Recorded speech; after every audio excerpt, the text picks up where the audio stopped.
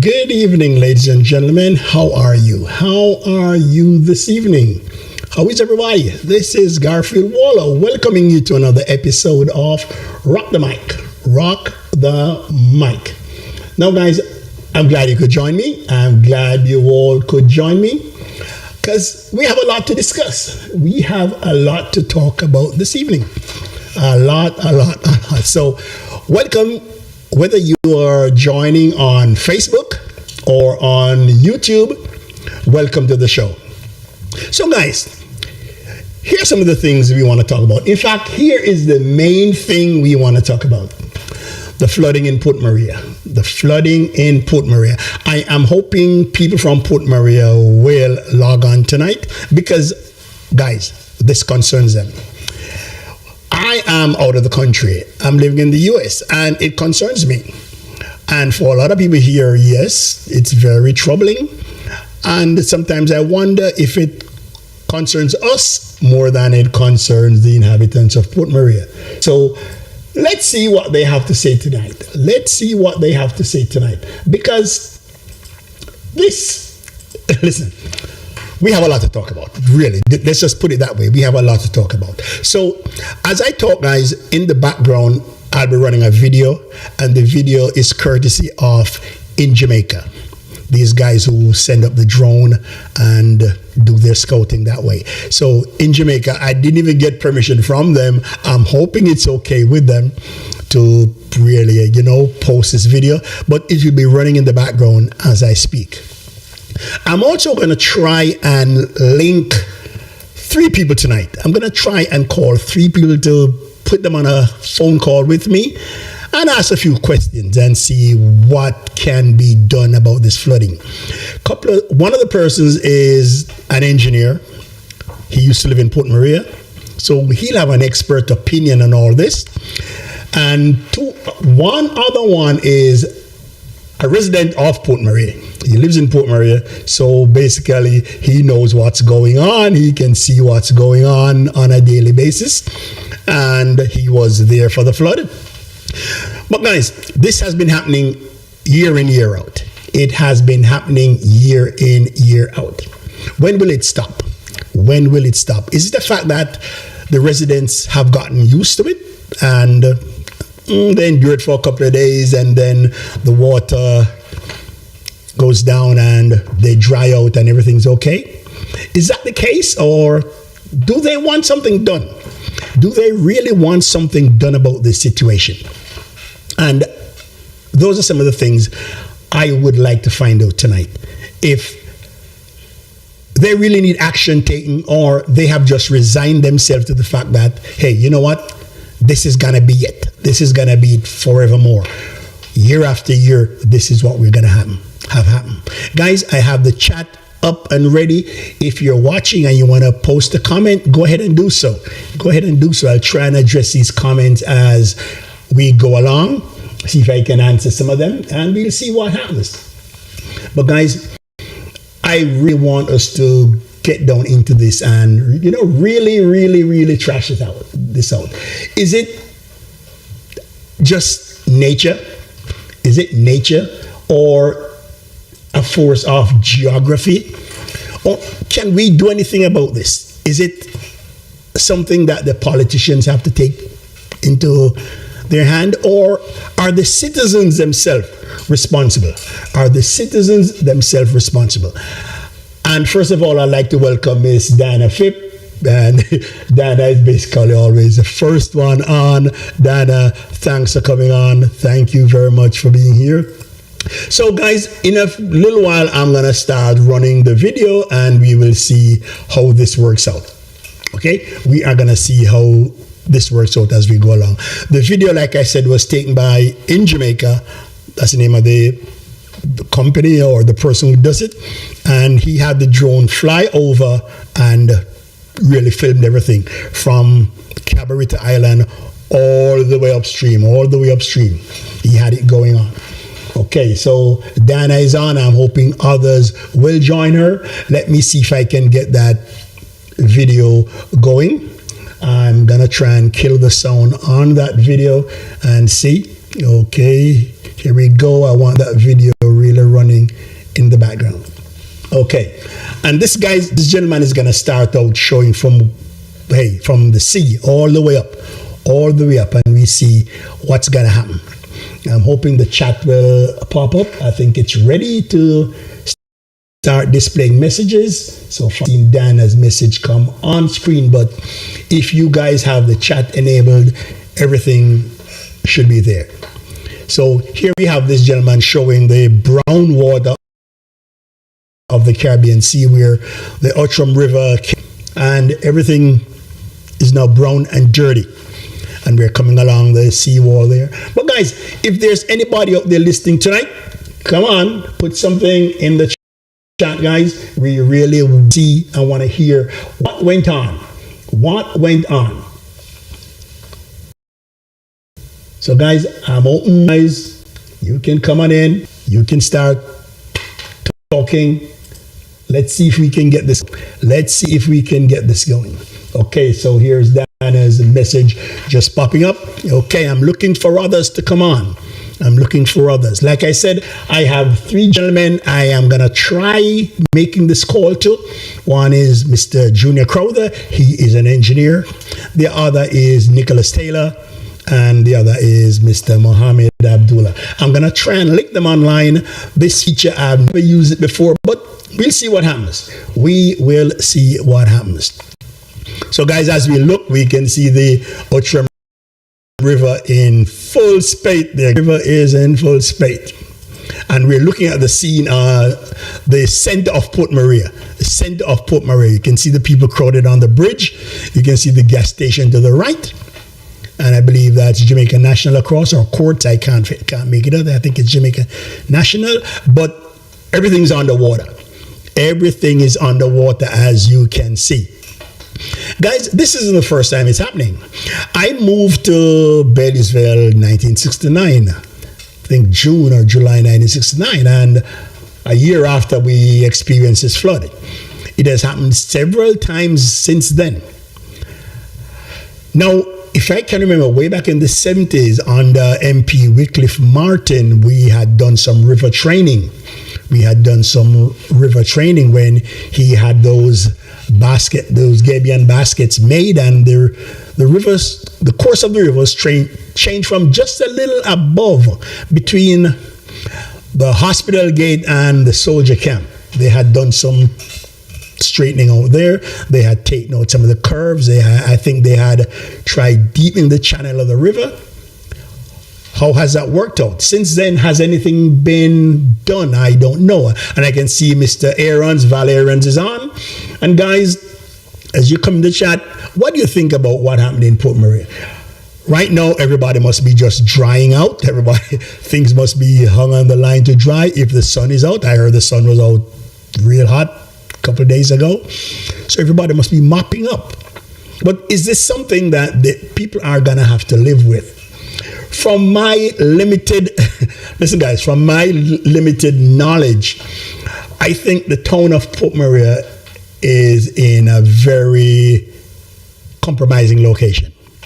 To me, the way I see it, Port Maria is situated between 2 rivers. We have the Outram River and we have the Paget River. By the way, that's something I want to figure out too. How is the name of the river spelled? How is it pronounced? Is it Outram, whatever? I can't figure it out. Hi, Pauline Aarons. Thanks for coming in. Yuval and Dana, thanks for being here. Yes, and Dana is saying the drains need to be clean. Yes, that's a human element of it. But like I'm saying, I think the town is badly located. Paget River one side, Outram River on the other side. Then we have these 2 humongous hills, one at Cox Street and the other Frontier. So I guess the town is down in a little valley. And again, I think Port Maria is below sea level. I doubt if the town was actually founded to have so many people, so many houses, because at the turn of the century, Port Maria was just a banana shipment port. That's all we did there. Bananas being shipped from Port Maria all over the globe. And St. Mary, I think, remained like that for a long time. So I don't think Port Maria was, the intention was for us to have all these hundreds and thousands of people living there. For those who don't know the history of Port Maria, if you go out into the bay and look out in the bay between the shore and the island, you will see the remnants of the two piers stretching out into the water. So ships would pull up there, load up with banana for export to the US and the UK. After other ports came online, Kingston, Moore Bay, and so forth, that sort of went down and the piers went into disrepair. Now, the population kept growing without any real planning as far as I see. I don't think any town planning took place. And like Dan is saying, the drains, I think the drains needed, or Carolyn always said it's outram, but everybody pronounces it Ocho. Okay. Now, and I also think that the river empties out into a very aggressive Caribbean Sea.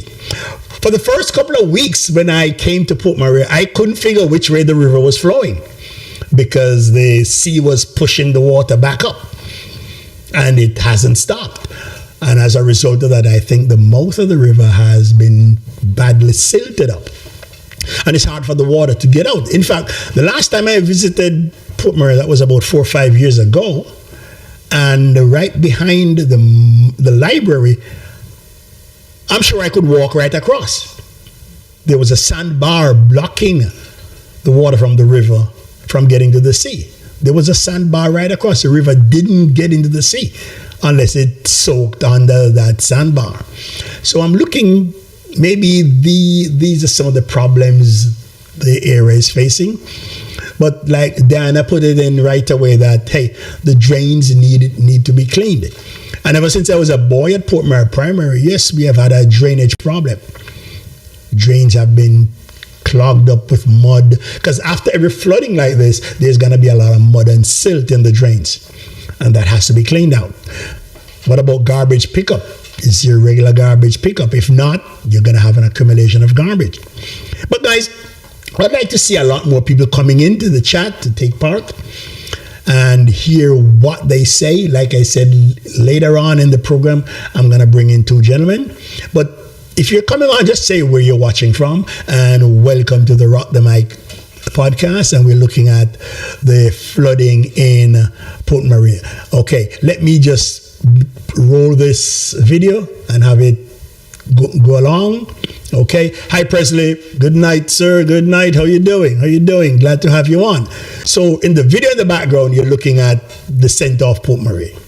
And those people are just on the edge of the bridge, just coming off that little grade, the bridge. You can see the roundabout. This was a flood of monumental proportions. From what I've heard, everybody said this has the heaviest one. Miss Lois, Judith, glad to have you on, ma'am. Glad to have you on. And Dan is saying, was wondering also if it's an underground problem. The water wasn't overflowing the bridge, but the town was flooded. True. I'm wondering, where did that flooding start? Hi, Bev. How are you? Glad to have you on. Yes, the water is going under the bridge, but the town is in it. Did the river break the banks? I mean, how far up did the river break the banks? Was it by primary school? Was it by the soldier camp? Wherever. Where did the river break the banks?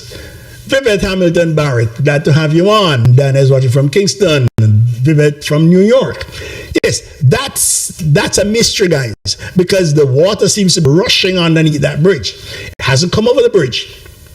But I'd like to know, can somebody who was there say, where did the river break the banks? Is that water from the Outram River, or is it coming from behind the primary school, or what? And as you look at the video, you can see the drone picks up going up Main Street, and you can see the place is totally underwater. Totally underwater. And if you look here, yes, you can see there's water from the street joining water from the river. So I guess it broke the banks here also. But I'm really curious to find out, where did all this breakage start? Oh, Judith is in Orlando. Okay, good. We have a cool night in Orlando, right, Judith? Okay, and as back up Stennett Street, we are moving up, going towards the primary school. Oh, and the primary school got hit real hard. And Beverly Demi James is asking, what has been the government response so far? I don't know. I'm hoping somebody who is on spot there, who's at ground zero in Port Maria, can come on and tell us. And as we look there, we can see the primary school. You can see the primary school underwater.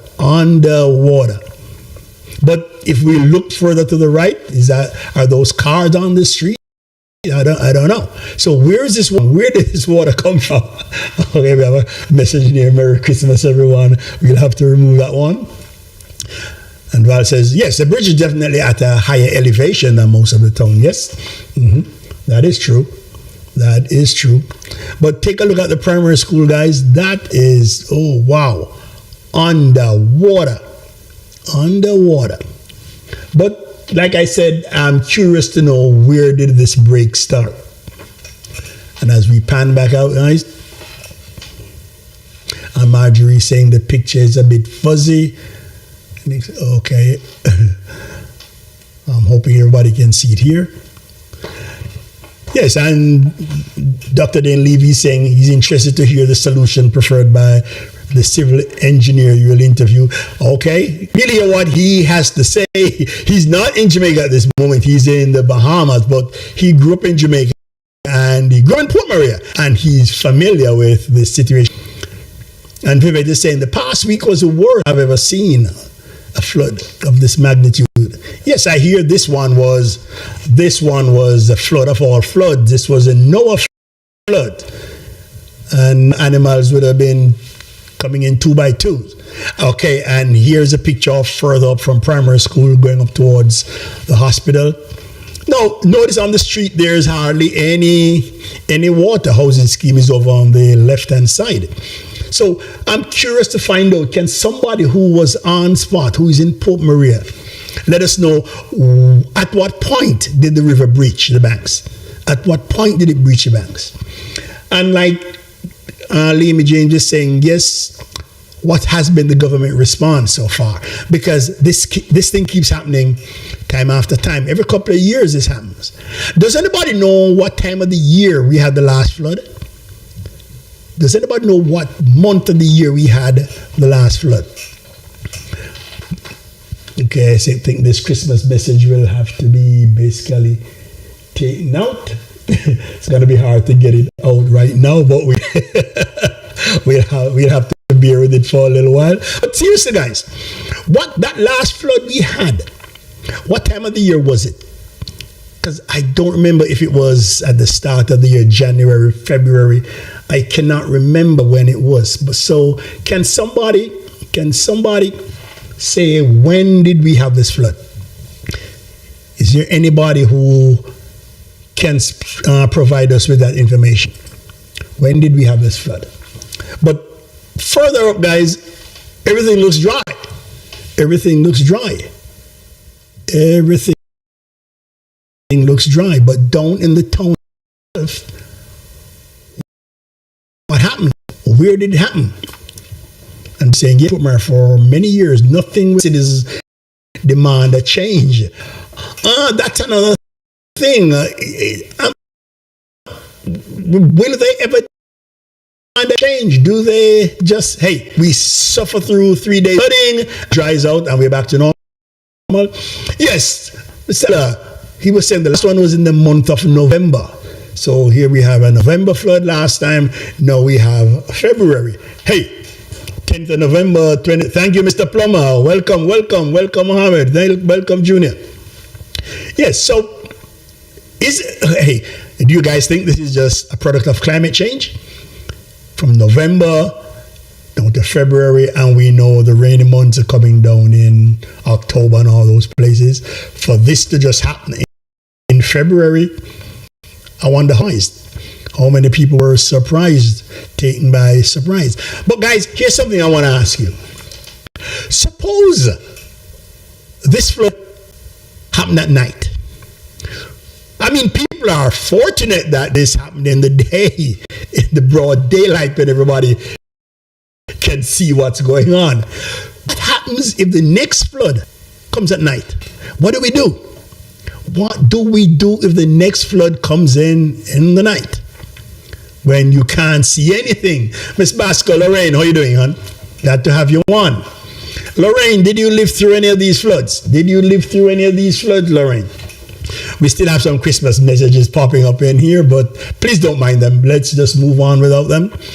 Okay, I'm gonna try now and get one of the gentlemen who I had asked to get ready. He join us, so let's hope this one will work. Carol Grant, glad to have you here. But do you guys think it's a product of climate change? Do you think it's a result of climate change, or it's human made, or some other reason? I really don't want to make this a political thing, guys. I really don't want to make this a political thing, but I think we may have to touch on that. Put my people like Mr. Abdullah and Junior, what do you think? What do you think about this flood?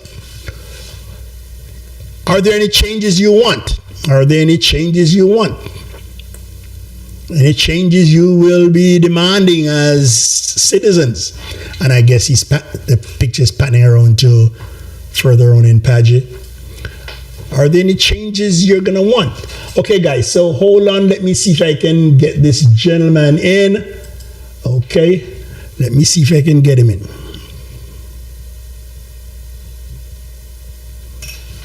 Let me see if... This call is 22 cents per minute. That's all right. And I hope you'll be able to hear him. Let's see if we can get him in. It's ringing, darling. And I'm hoping you'll be able to hear him when he comes on.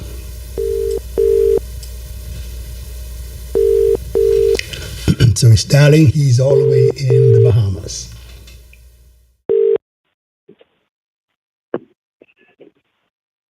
Hello. Hello. Good evening. This is Rock the Mic. Is this Mr. Crowther? Okay, Mr. Waller, how you doing, man?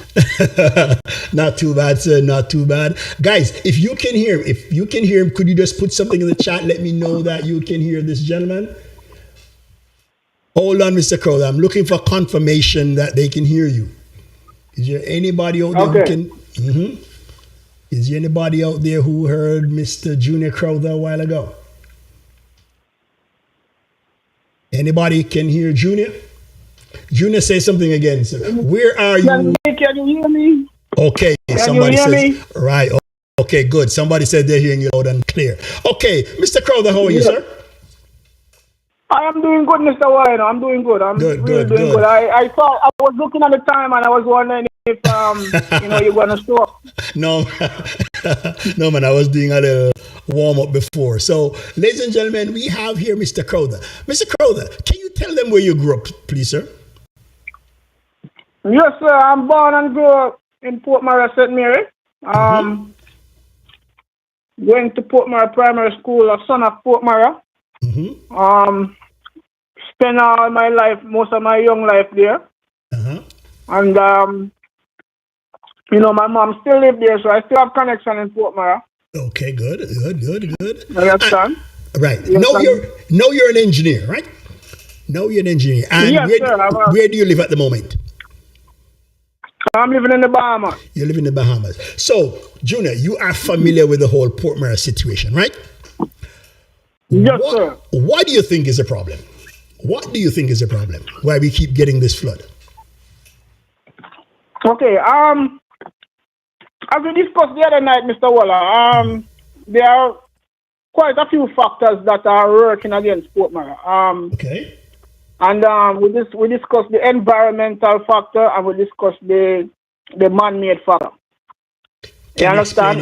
Can you explain it for the guests for me, please? Okay. Let's look at the environmental factor, the geographic aspect of it. geographically, Port Mara is a floodplain. Town is below sea level, and you have two rivers that drain in Port Mara Bay, the Padre River and the Outram River. And what you have is a area of land that is some may say it's a delta. It's like a delta. You understand? Because before Port Mara was built up, all that area was swamp. Okay. So you're saying on that, you're saying between that hill at Cork Street and Clemson Hill, the river used to meander across that whole place, right? Exactly. And even if it doesn't meander, when it's in spate, when it's in flood, all that spillover will just basically take over that frontier, all of that behind the Port Mara Primary School, all of that land. Okay. It's just straight swamp. It's just swamp. Okay. And that would help with the drainage, right? That would help with the runoff. It will the runoff, exactly. So when you have a area of land that is below sea level, it's prone to flooding. And the water table is very high. You understand? So the land can't suck up enough water. It can't suck up a lot of water. The water can't drain off properly. Right. Because as it goes down, it meets up with the groundwater. So you have all of that water in the soil acting against that surface runoff. Okay. Right. And the thing is, Port Marana Hole is basically what I would call it now. I would call it. I mean, it's more than a disaster area. You actually build a town in a riverbed because most of the river, because if you should check history, and old people will tell you this, that the river, where the river is right now in Port Mara is not really full. Okay. You understand? Because what they did, they actually reroute the river to build up the town. Oh, so most I of see. that land across, most of those land across from the Port Mara Primary School there. You call that behind that there, you call that dump land. Okay. You understand? Because that land was the river was dumped up along that stretch, and to make space for the town. Right. So all this flooding that you see going on right now is like the river taking back its course. I mean, it's natural course, All right. Okay. So no, what do you think can be done? All right. Let's look at the man-made factors that's going on. Several things have happened to that river over the years. They built that ground system. I mean, it works for what it was designed for. Okay. You understand? Because it stopped the river from eroding in that area and all of that. But what that has done, it has robbed the river of volume. You understand? Explain because that. what happened? The width of the river, the ground system take up some of it. So the amount of volume that the water would take up, the ground system had taken up some of that.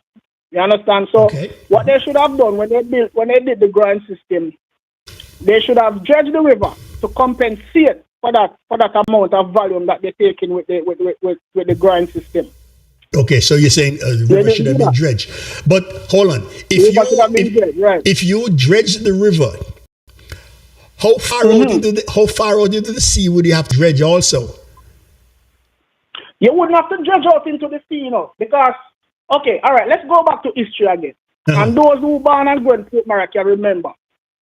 Out by the library, out by the sea, remember out of that side, there was a huge sandbar along the mouth of the river. You understand? Because as boys, we usually jump down from one side of the wall and just run across. You understand? Right, I remember. So what you have there now, the river was meeting with the sea. The only time the river and the sea meet was when there's a flood. You understand? Okay. So what they could have done, they could have built back that sandbar and they could have dredged the river. So the sea won't flood the river. The only time the sea and the river will meet is when there's a flood and the water will spill over the sandbar into the sea. You understand? All right. So they could have dredged the river without dredging the mouth of the river. Wait, hold on. I don't know if you remember far back. I guess you were a youngster then. In the 70s, when MP Wycliffe Martin had done that river training up behind Soldier Camp, when they had put in the Gebian baskets and all those things. Do you think that section needs upgrading or what? What do you think about what was done up there? Because it seemed to have helped. All right. What has happened? All right. All that silt you see accumulate whenever the river, there's flooding. And you see all that silt that leave on the road in people's houses and that. That silt, that same deposition of silt is going on in the riverbed. And all those years of flooding, the silt has accumulated on the riverbed. So the river has gotten shallow.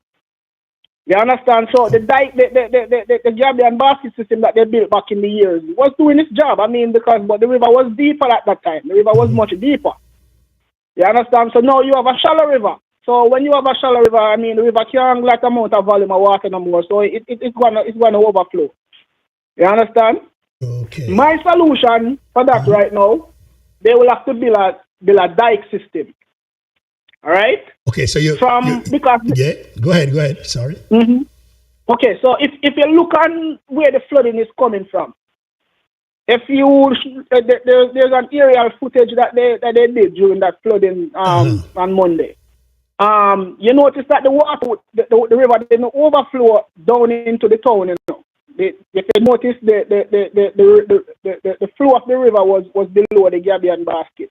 So the town didn't flood at that section. Where the town flood was from up JP side, coming from Trinity side, all of that water spill over coming down. So that is to show you that area is much lower than down in the town. The height of the Gabian basket down into that town is much higher down in the town than up that side. Right? So what they will have to do, there's two solutions. They will have to dredge the river. That's one. And they will have to build a dike. They will have to build a dike system. You know, similar like a seawall. You know, a dike system, like what they have like in New Orleans and those places. Right, you know, because New Orleans is a place, right? It's below sea level. It's basically a basin. But then again, with that dike system, you're telling me that the government will have to relocate people then, especially on the Cox Street side. Well, the Cox Street side is not a problem, you know, because the Cox Street don't flood, you know. You understand? Because remember, the Cox Street on a hill, so Cox Street side is already a natural dike. It's a natural embankment. So so you mean the problem is on the Port Mara side. You understand? Which is much flatter, which is much lower. All right. Yeah, man. Listen, man, I thank you for your input, man, and I hope one day you come home to try and rectify this problem, because we can't keep having this. We can't keep having this. The problem is that our elected members of Parliament and those who we elect as citizens of Jamaica, they are not doing their job, Mr. Waller. You understand? When the people put you to run the corporation of a country, the corporation of Jamaica, we put you there, we elect you there to run it like a company. And if you're not performing, we are people, we have an obligation, we have a right, to say, listen, you aren't perform, you have to leave. I mean, Port Mara has been running under a monopoly. I call it a monopoly because it's a one-party system that runs Port Mara. And I have grown there. I born and grew in Port Mara. And I'm yet to look at my town that I grew up in to say, you know what, I'm proud of my town. I can't say that about Port Mara. We're coming to that later. We're coming to that later on in the podcast. We're coming to that later on. But man, let me tell you, Judah, I thank you for your input, buddy. Thank you for your input. Very knowledgeable. Yeah, man. I hope some of these officials will listen to you I hope so. But is there anything the ordinary citizen can do besides election? Is there anything they can do to mitigate this flooding? What do you think Well, they could there's do? not much the citizens can do, you know. There's not much they can. They are not the government. They are not the engineers. I mean, engineers can only make sense. It's the government of dollar two and what you say. Right, I get that part. I mean, on a day-to-day basis, like say, because I know a lot of dumping goes on in the river. Most of the dumping that is going on, I mean, if you should do a tour of the river, there's a lot of dumping on the Cox Street side because most of the residents on that side, if you should look behind the yards and stuff, there's a lot of dumping. But I mean, dumping of a I mean, it's the most minimal effect right now that is causing the problem. That's what you say. You understand? All right. And we can even look on the highway. I mean, when they built the highway, the road along in Port Murray, that they built up all of that road. You understand? And up along the roadway as well, they put in a lot of new drains. So the river is taking in a lot more water. You have to remember that there's about 3 rivers. There's about 3 main rivers that run the Ochum River. And then you have those rivers that are fed by other tributaries. So the volume of water that is being taken up by this river is a lot. You understand? And I don't think they are assessing the problem on a technical level and look at it and say, all right, listen, we are dealing with a large amount of water right now. You understand? Right. And you know, there are areas like over by Frontier which should not have been developing housing. Those areas should have remained natural because those act as drainage for the water use. Right, because those areas have gotten built up and all that water that would drain in those areas, I mean, those areas are not there no more. Even that pond that was across from JPS. Yeah, I remember that pond that appeared after one of the floods too, right? And that pond usually take up a lot of water, and that pond, you know, all that water, I mean, it's just... No, that becomes surface runoff. It's just taking the road right now, and you know? But all right. Fort Murray is a disaster area right now. I mean, it was always a disaster area, but things are just happening now, which is showing up how severe the problem is right now in Fort Murray. Can you imagine if this happened one night, man? Brother, we have to give God thanks. You understand? Because even earlier, me one of my cousins was talking and was saying that these 2 main floods that hit Fort Murray came in the day. You understand? And yeah, so, but if they don't do something now, Mr. Waller, it is going to get worse because, I mean, with the whole issue of global warming and weather changes and all of that, I mean, we have been... I believe, I'm sure I will live to see that there's going to be a major flooding in Fort Murray and there's going to be loss of life. So far, let's give them, there's no loss of life, but there's going to be one. This is just a warning. You understand? This is just a warning, but if they don't do something quickly, something serious will flood it.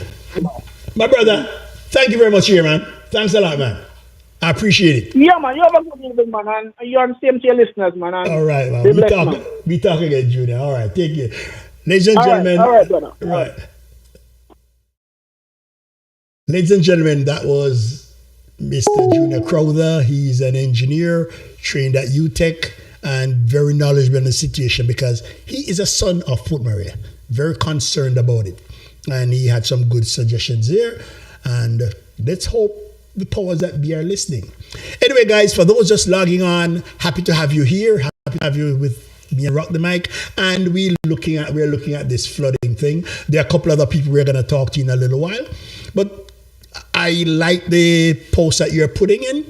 And listen, we cannot keep going through this thing. I don't know if the people of Port Murray, I don't know if they are just satisfied with it or they just have resigned themselves, but let's see what happens. Let's see where they take it from here. Where can we go from here? But like Mr. Crowther said, this river, the town is built basically on a floodplain. And I agree with what he said because there were some areas like that whole expanse of land behind primary school, behind housing scheme, that seemed to have served as a natural catchment area that held water. Because I remember as boys going to primary school, You're trying to catch a crab, you dig in the crab hole, and there's water. Water was just like a foot or 2 feet below the surface. That area was always swampy. Now that area has been built up. The water has no place to go, so it's just going to be surface runoff. And all this is going to head into the riverbed. And I believe in what he says, that the river has now accumulated so much silt that it's now much shallower. So the slightest thing, the water comes over. But down at the bridge in the town, the water seemed to have been rushing by at a tremendous velocity.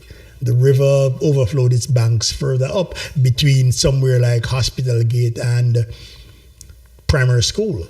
That's where the river burst its bank. So let me try and get another person on the line here. I'm going to try with Mr. Nick Taylor.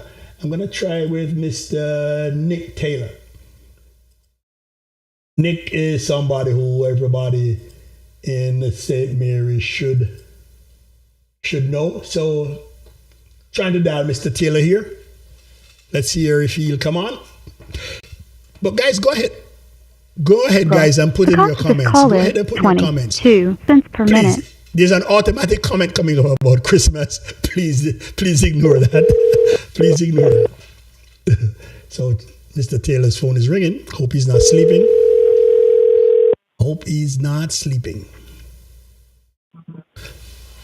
Let's see. Hello. Yes, good night, sir. You're on Rock the Mic. Is this Mr. Taylor? It is Mr. Taylor. How are you? Oh, not too bad, Nick. What's up, man? I'm good. I'm great. Giving thanks. Giving thanks. That's all we can do. Yes, Nick, you're on Rock the Mic, and tonight we're discussing this flood that took place some days ago in Port Maria. Right. What do you have to think about? Yeah. What's your idea on the whole thing? What do you think caused this? Is it global warming? Right. Is it bad management? Go ahead. All right. So, what happens in Port Maria will happen again, and it's not as a result of bad management, in my view. This is my view now. Okay, go ahead. I can't blame it on bad management. What we can blame it on, though, is the fact that there is some amount of development, unapproved development in the Port Maria area that needs attention, right? Mm-hmm. That's one. But two, we ought to remember that Port Maria, being the valley that it is, that is situated with right between the Wentworth farm, the hills on the left, and the Frontier Farms property that runs right back into Long Romney on the right. Yes?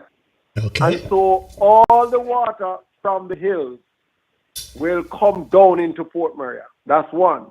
Okay. Two, we also ought to remember that whatever water leaves from Highgate to fall towards the western side of that water will end up in Port Maria as well. Mm-hmm. Right. And if you know where Palmetto Grove is, going toward Geyser. Okay. Mm-hmm. All of that water that comes from those hills will all end up in Port Maria. And so the rain does have to fall in Port Maria in order for Port Maria to be flooded. As a matter of fact, when the rain falls in Port Maria is safer than when the rain falls outside Port Maria. I never thought of that before. Yeah. No. And it is serious. When the rains fall in when the rains fall in Port Maria, they don't have to worry. But once the rains fall outside of Port Maria, then there is where the worry is. But what is happening now and why the floods will get even greater unless attention is paid to it. And I think it's something that have discussion with the mayor about as well. Yeah, please try and grab him on your radio program, sir. Wait, you mentioned something. Wait, hold on. You mentioned something at the start about the unplanned development, the unplanned building. Can you go a little more into that for these guests? That's where I'm going now. Okay. That's where I'm going now. If you should ever visit the Port Maria area anytime in the near future, or for those who can, I will advise them to go up to the Frontier Great House. And if you don't know, and I specifically choose to use the term Frontier Great House, because a lot of people don't know that there's a Frontier Great House. A Great House, yeah. Yes. Now, let me tell you what the Frontier Great House is. The Frontier Great House is the property that now holds the RADA office. Okay. Yes. So where the RADA office is housed now, that is the Frontier Great House. I learned this from my involvement with Duke of Edinburgh and having the kids go through their thing. And wait, stick up in. Yeah. Congratulations on your award, sir. Right? Thank you very much. Thank you very much on that. Yes. And so, if you go to the Frontier Great House, where the RADA office is, and you look down on Port Maria, then you will realize one of the biggest problems that Port Maria has. So between all of that area where you have Palmer's Park, right, from the Port Maria Primary School right down to KFC, and that lot of land that will extend from that area right back to the old Solomon Agunde factory. Right. All of that area is now built up with shacks, mansions, all different types of houses are here. And it is very much unplanned. I mean, you just go and you put your house somewhere and stuff like that. So some are, right. Well, whether it is captured or somebody tell them to go take it or whatever it is. Okay. But what the problem is that people just go and drop a house somewhere. Some might be very well in the path of the water. Right, okay. But I don't know. And then there is a small channel that used to work in the long time days, yes, that will carry the little water from that area right out into the sea. No, it can't carry the amount of water based on the development that is taking place. Okay. So with the Outram River on the right, and on the left you have on the other side, let me not say right or left, on the other side, and then the development and that small drain that runs behind. That's a drain that used to run out. That's a drain that used to run out to where we call Pipehead. Well, I don't know if it's Pipehead or what. I don't know the name. But I know that there's that little drain, and it runs behind Port Maria Primary School too. Okay. Yeah. And it goes right out, right through that area where it goes, even cross Warner Street there, so? Yeah. That street that go to Kirk Church. Yeah. Yes? No, all of that. So the size of the drain cannot carry the volume of water. And so even the housing, the Frontier housing development, the housing scheme, would have flooded because the amount of water and what domestic water and natural water and every water is going to be backed up here. So it's not adequate enough to carry all the, whether waste water, grey water, white water, black water, whatever water at all. It will just not be able to facilitate that much water. And thus the problem of flooding in Port Mary, and it will get greater. And so when I heard the mayor said the other day, they have to look at serious draining development in Port Mary. He's right, but he also has to consider the fact that unplanned development that is taking place right behind KFC, giant building, Port Mary Primary, all of that area going back to the frontier, into the frontier place, and the Solomon Agunde factory. It looks terrible from the radar. From up top. Mm-hmm. Yes, it looks terrible. That's number one. And two, it will just not hold be able to channel all of that water to get it out of Port Mary quick enough before flooding take place. So let me ask you something. In your honest opinion, do you think they have gone through the gate? Do you think this has gone? Mm-hmm. Yes, it has gone through the gate. And so it is going to cost much more to really correct a already gone bad situation than what it would have cost if the unplanned development did not take place. Okay, sir. And so what will have to happen is that they will have to now take some unorthodox, unpopular decision, right? Mm-hmm.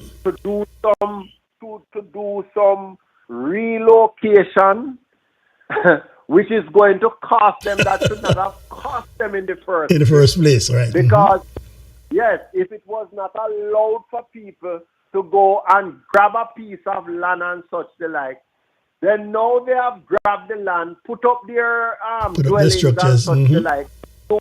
So you will have to pay them for it if you are going to put a proper drainage system in place and such like. And so that is what will have to take place with Port Mary in order for Port Mary not to have the sort of flooding that they now have. Wow. And will have again. And we'll have again. Very comprehensive outlook, Mr. T. Very comprehensive. Thanks a lot, man. Could you tell the people when is your show and where they can see your show, where they can hear your show? All right. So the show is the Speak Your Mind show on Waves 96.3 FM on a Monday night from 8 p.m. to 10 p.m. It's normally to 10:30, but with the COVID-19 and the protocols, we had changed it to 10 for a little bit. We have not gone back to 10:30 yet. So we are on Waves 96.3 FM every Monday night. We also have a Facebook page. We have a YouTube channel. And you have my Facebook page also that you can go on. So it's Monday night from 8 to 10, the Nick Taylor Speak Your Mind show. And that speaks to all the issues, concerns, and whatever is happening in and around your community. In and around St. Mary.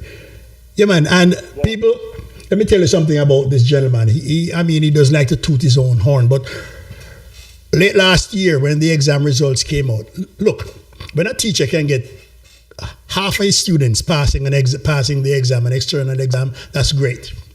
If you can get 60% of your students passing, fantastic. If you can get 80% passing, wow, you're a teacher par excellence. But when you can get 100% of your students passing an external exam, like Mr. Taylor did, I want to say congrats to you, sir. Big up. All right. Thank you very much. Not only 100% passing, but 100% passing in COVID time. In COVID time. That was fantastic, man. That was fantastic. Nick, thanks for joining us, man. Yeah. Thanks for coming on, buddy. Appreciate your insight. Thank you for inviting me, and I look forward to having more of these talks as soon as you're ready. All right, buddy. Take care, man. Have a nice evening. All right, you too. Thanks, man. Okay, buddy. So, ladies and gentlemen, that was Mr. Nicholas Taylor, teaches at St. Mary High. He has his Speaker Mind program on Waves FM. Join him on Monday nights, 8:30 to 10. Yes, for those of you who are just joining me on either Facebook or YouTube, welcome. I saw people like Mr. Powell, Chuni, and a lot of other people. Some of the names went by so fast, I can't remember them. But guys, if you are by a phone, you want to call in, here's my number, 407-479-8517. Or if it's cheaper for you to put your number and I'll give you a call. I still have another guest to bring in. I hope he is still awake. A resident of Port Maria, Mr. Muhammad Abdullah. Let's see if we can get him on the line here. Let's see, because I really want to find some way of, how we can make this thing much easier. Make sure that the next flood is not a really catastrophic one, because every day, like the saying says, every day go well, one day the bucket bottom will drop out. And we don't know if the next flood will be that. Yes, Dana, his information was great. Miss Ralston, glad to have you on. So let me try and dial Mr. Abdullah here and see if he's still awake. I'm hoping he is. So let's... okay. Cost of this call is 22 All right. cents per minute. Let's just see if he'll come on. He should still be awake.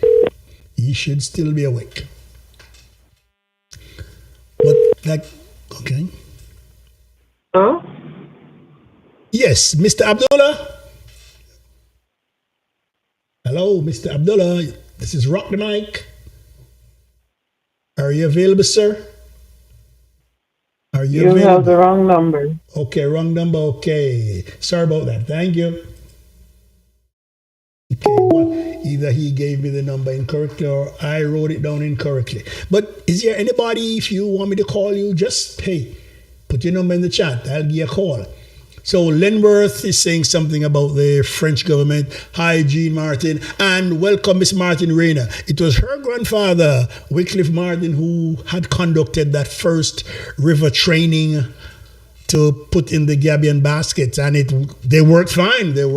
But like our engineer said, the amount of silt that has now backed up have made them almost obsolete. The river has gone too shallow. So I think from what Mr. Crowther was saying, dredging, serious dredging is needed to deepen the channel of the river and drop the level of water down. And like Mr. Taylor made a good point in that it's not the rain that's falling in Port Murray that's doing the damage. It's the rain that's coming from the watershed. Preston, Geisel, all those places that the water drains westward onto the, now, is it westward, northerly, and to the east, it comes into Port Maria. When it rains in Port Maria is safe.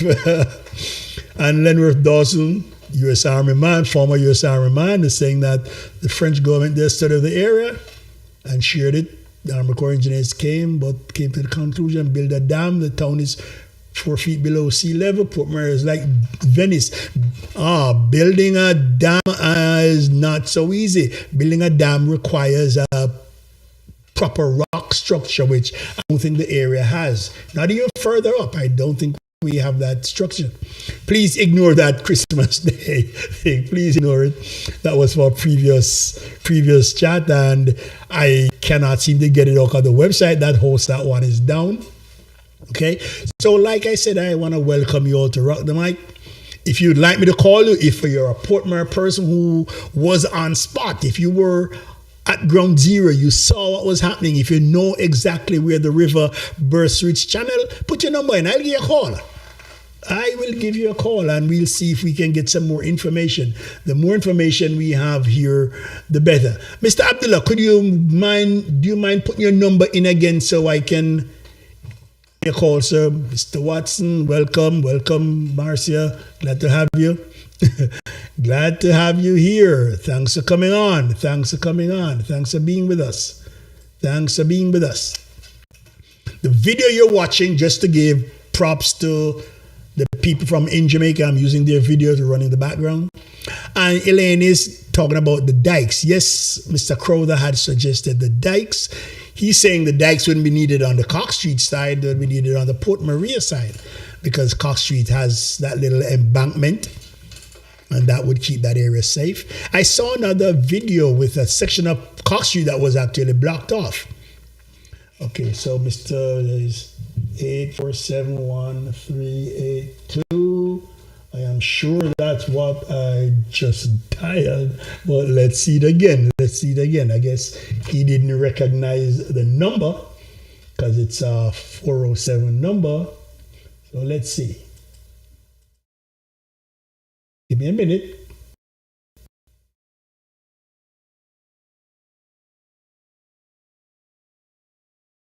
Takes a little while to get this going. Let's see if we can get Mr. Abdullah on. Okay, but anybody, like I said, we ignore that Christmas thing.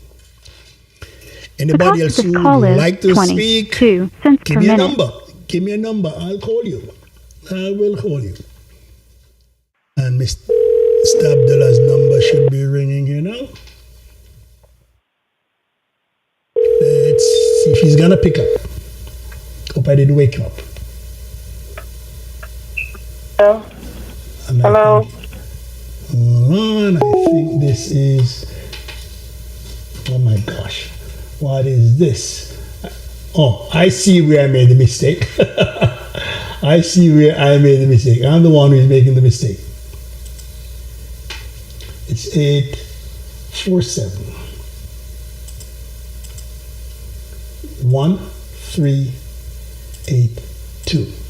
It's my mistake. So that person who I dialed, please forgive me. 847.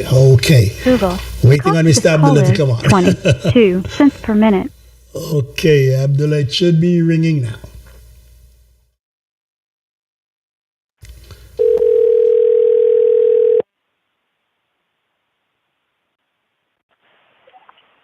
Yes, Gary.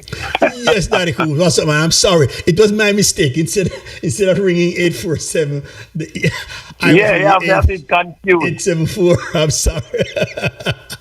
Yeah, you had me a bit confused. What's up, man? Yeah, man. I'm here, you know, man. All right, let me ask you. I'm here. You were in Port Maria at the flooding, right? No, I wasn't. Where were you? Out of town? I was in Kingston, but you were in Kingston. I went there. Okay. But I went there.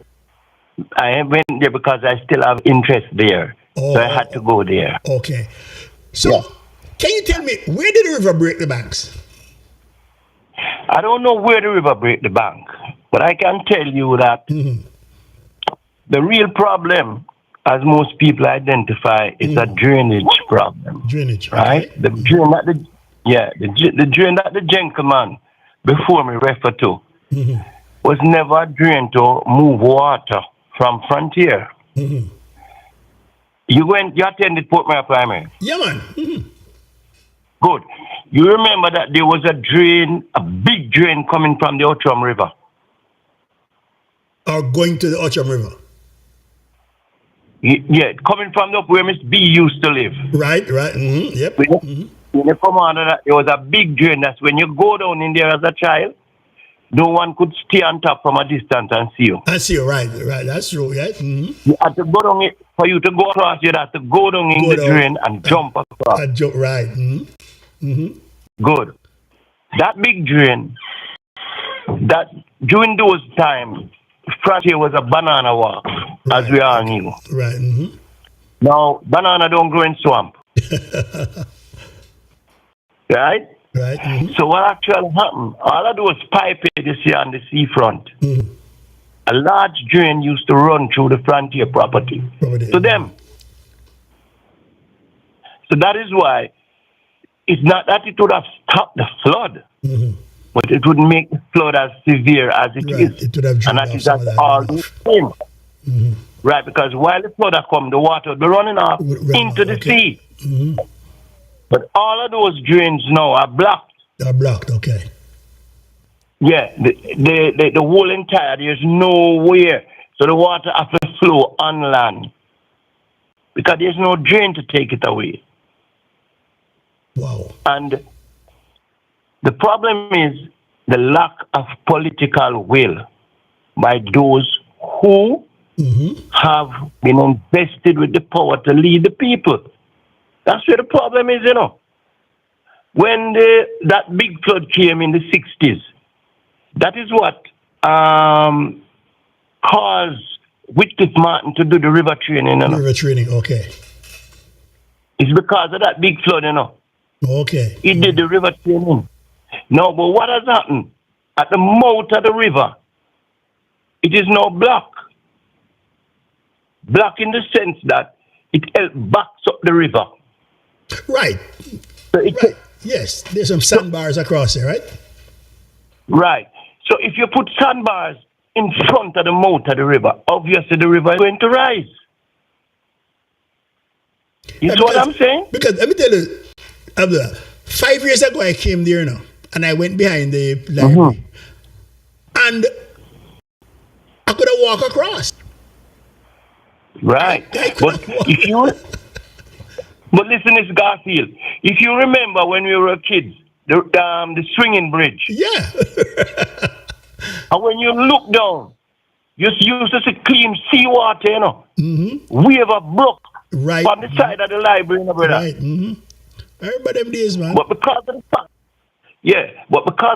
that some wise guy instructed them to block them out of the river, all that silt that's gathered up would not be there if the mouth of the river was open. Clear. But there wouldn't be any silt, Garfield. The same, because the river was cleaning itself. I noticed that the same thing happened at Padgy River, where you had a sandbar that would prevent the... No, but the sandbar in Padgy, let me tell you how that works. You see, if you go there when there's heavy rain, you can't cross. You can't cross. The sandbar gone. Is that okay? And that is the same thing that used to happen at the mouth of the Otram River. You see, when the last flood came, they said it was a bridge that caused the town to flood, Garfield. A bridge? Which bridge? All right. There was a bridge that they put right in front of where Fooing and Company used to. I didn't know that. Okay. Yeah, they built a bridge there to somewhat ease the traffic congestion in a town. Right? So where does that bridge go? Well, they pull it down, man, because people gather social sentiments, and the social sentiments take precedence over engineering work at the Dutch. So they move the bridge. Okay. Because it was the bridge that was causing, according to them, is the bridge that was causing the town to flood. All right. They not only remove the bridge, Garfield, they rise the Gabion basket. In rising the Gabion basket behind the Shell gas station, and where me clear was, coming right up. Yeah. You know what it did? If you are there when there's a flood, the river subside and the town is still flooded. It's a comedy of So it's like a dog chasing tail. When the flood is there, that heavy flood, if you wait there, when the river subside and gone way down, the entire town is flooded. Go straight up the plain. Whoa. Because what them do, bank up the water now. So the town does become a receptacle of water. The catchment area. Right. So it's just that the persons who are in charge, it's like a dog chasing its tail. It's a comedy of errors. Oh, God. Simple. Because like I said, you know, I was in Portmore as a child in the 60s when that big flood came that caused the river training by Wycliffe Martin. Right? I was living in a housing scheme, and I can remember my grandmother. That time the drains over Frontier were working. And I can remember my grandmother, we used to sit at the window and watch the flood. And watch the flood. Boy, yeah, how far the water reach? When I say moment cover the first step. And it about half of the second step. It never come over the second step. Throughout all those times. Because proper journeys was over the frontier. At that time, there was a banana walk there. Right, by the time I came to you see, the banana walk was almost out. You hear what the gentleman mentioned about the whole Solomon gun, the factory? Yeah. A large drain was behind there, you know. Coming way from upper the barricade, you know, brother. You understand what I'm saying? So there was a proper drainage system was there. But persons who gave authority for people to live in that section of land did not supervise them. Oh, so they were given authority. It was just capture land. No, they were given authority. How they get light and water? Oh, rotted. Okay. Somebody have to sign the document. And the documents were signed by politicians. We have to go into that one night, man. We have to go into that one night. We have to go look into that. You understand what I'm saying, Gary? Okay. So it's a matter of a man move from, because most of the persons that are over there now, if you check their roots and come from St. Anne's. Wait, you understand me? Wait, what do you mean? So it's not Portmore people? No, man. Most of the persons there come from St. Anne's. So you see, what happened is that them allow the settlement because people are moving over there, and it was nice to their voting pattern. Okay, we're voting black, okay.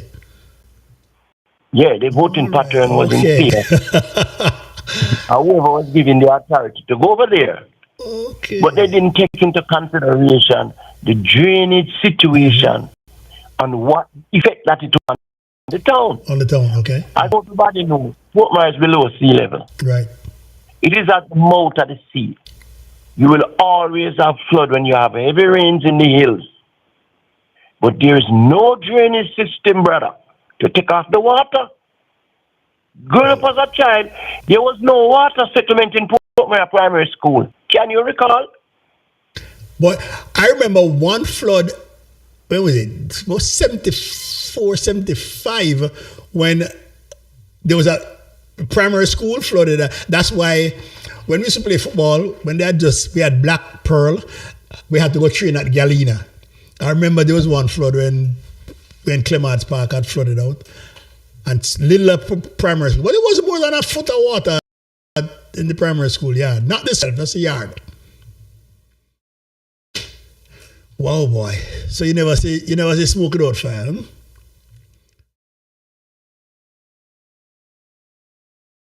Hello? You still there? Mr. Abdullah, are you still there? Mr. Abdullah, you still there? Okay, I think we have lost Mr. Abdullah. No, man, I want to get him back. I got to get him back.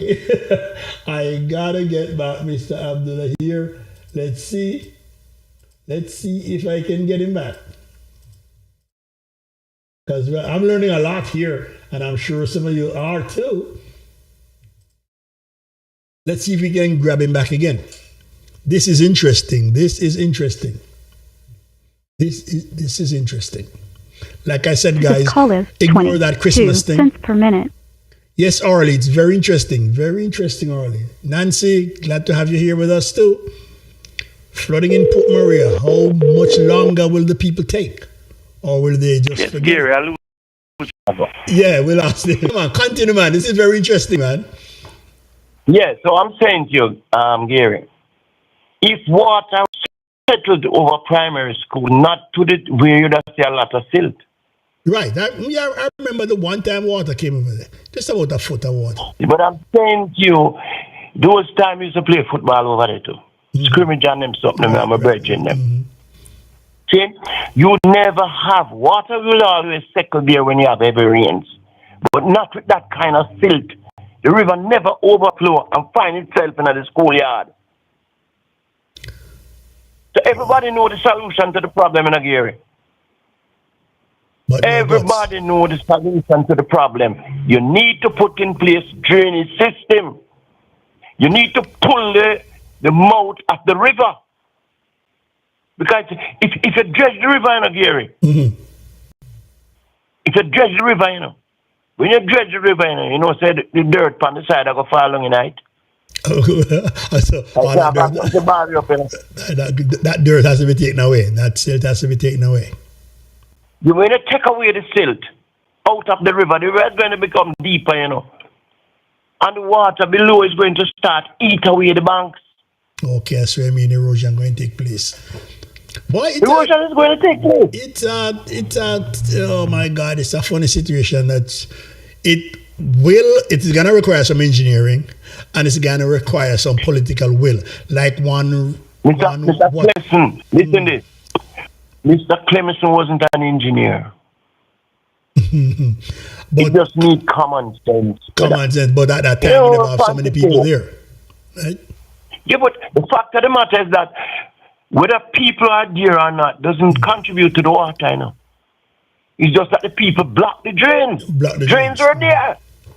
Yeah, because it's about 4 pipe head out there, brother. Where do you think Mr. Clemson built them out there for? Oh, they were built by Clemson? Okay. Yeah. Is it take the water off on property and build drains going to them? I thought it was done by the government. I didn't know Clemson did that. Clemson did that.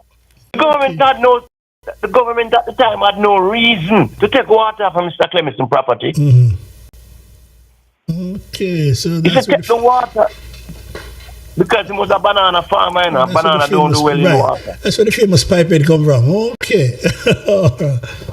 It's not one pipe head out in a gear. Yeah. I work 4 of them, you know. 4 of them. I only know 2. You understand me? Yeah, but it's more than 2. Because even you go up to Paji, right behind Solar Place, there's a big drain. There's a big. Okay. See what I'm saying? That makes sense. Thanks for the history lesson, man. Thanks for the history lesson. Yeah, man. But will any of the and didn't want to make this political, but will any of them have the guts or the balls to do anything? Will any of them do anything? Virgin, Jamaica reached a standstill. Jamaica, look at the town of Port Maria. Yeah, that's what I was going to ask you a while ago. Let's look at the town of Port Maria and ask the politician who has been leading the people over the past 10, 20 years what they have done in any way significant to enhance the socio-economic. One to the hospital, boss. Condition the people. Yeah? One to the hospital. The hospital has become a clinic. Jesus. Whoa. Them still pick people up there, but not only for people, but it's a clinic. What about the banks? It is considered that. Well, the banks are there. Well, NCB has created some kind of improvement on its banking facility. BNS is basically moving out of Port Maria. Any serious business you have to do with BNS, you have to go to Waterius. You understand me? So, that in itself tells you what is happening in the town. You can't afford 2 banks. But let me ask something. You have to make a national deal.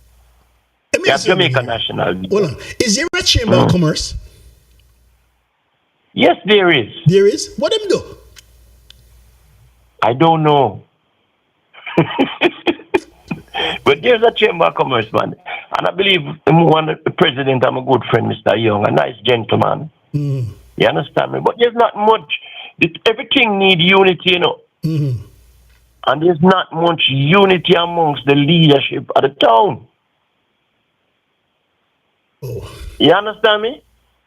There's not much leadership. The people are too politically dogmatic. That's one. Always. So if I was growing up, while people had their political preference and they would stand up for them politically, it was never in a ignorant manner. Oh God. You get the point I'm saying? Mother knows that Mr. Tom at GLP, I'm a good friend. I'm a big PMP. I'm a best friend. You understand me? So is that the socio-economic condition of the town changed dramatically over these years. Over years. Mm-hmm. Because there was no real anything to create or motivate the people in a progressive way. And everybody a migrate, brother. I live in housing. I almost live in. I live in a housing scheme. I go there, go and come. Mm-hmm. But most of the persons who live there now are not the owners of the house. Not the owners, okay. And you say behind this, you send down people. Oh gosh. Yeah, man. Send down people moving, man. Oh my Lord. You understand me? So you find say. Go ahead. So you find, you know, them say where there's no vision, the people perish. People perish. Yeah, where there's no vision. So most of the people there now don't have a stake in the town, right? Yeah, it's not a bad cost anything for anyone, you know. But if you look at, if you trace the political history of the town itself, there was a PMP member of parliament by the name of Ken Sterling. Mm-hmm. It's the Ken Sterling footprints. Wycliffe Martin footprints spread out all over central St. Mary. And when you look, it's a Wycliffe Martin footprint. Broad. How the thing is, him cut up the large properties with the landowners left them and don't pay the taxes. So that in itself wasn't a bad idea because you give people land. Give people land. Mm-hmm. So that them could have do, yes, so them could have do some agriculture. You build a house, give them. But they were not educated to appreciate that thing. So instead they have farms, you have, what you call it now, you don't have any farm. You have a few little farms on these farms. Acres of land, you just see a few little farms. The rest side are bush. Bush. Mm. Wentworth, Frontier, Quebec, Trial. You understand me? Yes. So the thing is that the whole socio-economic of the town gone right down. Gone down. Mm. Because you must remember, you know, Gary, back then, most men used to work in farm and then wife work up a brazier factory. Right. Mm-hmm. Brazier factory was and them, if you know for brazier factory, them don't headage in place of work. In spite of the fact that it was low wage, but it made great contribution. It helped a lot of persons. You know, I'm not like that no, brother. Nothing. You know, I'm not like that. You understand me? So, it just that, and the people, they might be saying, you know, people, I remember persons back then were thoughts was embedded in progress, brother. If a man not perform, they vote him out. No, that was the thing, you know. Don't let that look there again, man. Everybody know this one. Don't let that again, brother. Yes. Put it this way. I am not afraid of anybody. Everybody can say what they want to say. Put it this way. Wycliffe Martin was doing a wonderful job. But people was fed up by his supporters. Not him, you know. His supporters. So then vote him out. And then came the Michael Manley era. It's what happened. The Michael Manley era became not a constituency thing, but a national thing. So we are now suffering the effects of that era of having this kind of leader that the whole country gravitates so on. They don't look at their MPs. So we are nowhere near that now. Our politics is leader centric. You dear Gary? Okay, yeah man, me listen, man, me learn, man. Yeah. The politics, leadership centric. The party of one. Yeah. So a man of business with going in constituency, you know. All him care about time party. If you drive through St. Mary, if you come off on the main, it's a bad word. Till you can't say bad word, brother. Oh gosh. And 30, 40, 50, 60 years ago, most of these roads was in good driving condition. You could have drive from you would have got back a sword, come back out Pine Islington Road. You can't do that now. You'd have to have a SUV, a big vehicle. Oh boy. You see what I'm saying? And poor people, them people don't use donkey. They know so the farming done. Because the farm in the hills and bring it come a road. Yes, just the thought of bringing it come to road. Yeah, it's encouraging. That is good. We have to talk one night, man. One of these nights, we have to go to politics. One of these nights, yeah, man. We have to go to politics. But basically, remember, you know, me ain't supposed to do a religious thing, you know. Yes, man. Don't think I forget. Don't think I forget. When do that too? Anything after the religious conversation. All right? All right. Yeah, man. I'm going to get somebody from the other side to go through it, and, you know, go have a back and forth and go discuss. I've heard a lot of persons from the other side. I have not heard anything from a Muslim. True. That's why I'd reach out to you. All right. Well, now that I know you're willing to come on, yes. All right, we're going to do it. All right, my brother.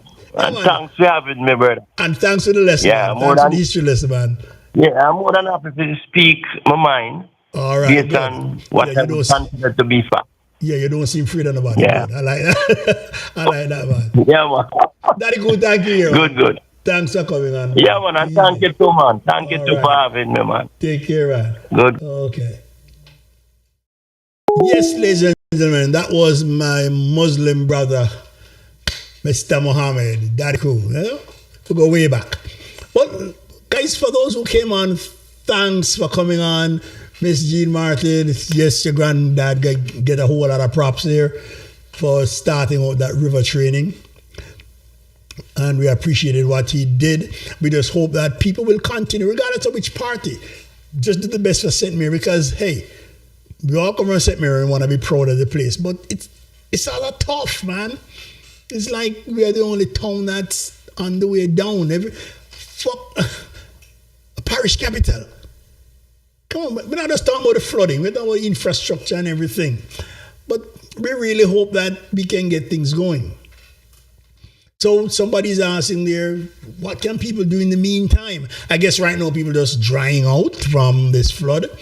And we're yet to hear what the politicians are going to say, what the people in charge are going to say. Are they going to put a motion before the government that, hey, Port Maria needs a grant to do all these things? Or they drop their hands and wait till next flood. Next flood, they do the same thing over again. People stay on their roofs and have to throw this, throw that out of them house. But come on, guys, we got to do something. And listen, for people living in Port Maria right now, if you can get one of these politicians to link up with me, fine. I'd love to talk with them. Not to attack anybody or terrorize them, just to find out, you know, where they're coming from. Where's the mindset? What do they have in mind for the town? And Miss Watson, their interest would be there if they were threatened to be voted out, but it's too safe for some, right. For some people, it's a safe seat. For some people, it's a very safe seat. But as a politician, I wonder how does an MP feel? Not to curse him or anything, or not to throw words, but how does an MP feel with this happening every time and time again? And you're like, you can't do anything. You're like, I don't know, your hands tied, or I don't get it. And I don't get the people just sitting there and being satisfied with what's going on. I don't see how you can do that, how they can do that. But if anybody in Port Maria, in and around Port Maria, wants to talk, hey, I'm available.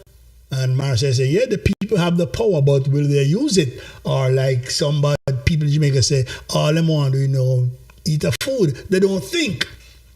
I mean, they're thinking with the pocket and the belly. Yeah, you promise them this, you just buy them vote with a few $100. And come on. It's never been up there. There's nothing to uplift the people. The economy is dead. That is true. And I heard one person say the other day in the chat that, hey, the town might as well relocate the town. You may as well just, because I don't think Port Maria was built or is capable of supporting so many people in a safe environment. I don't think the town is built for that. We don't have the infrastructure. There's no planning.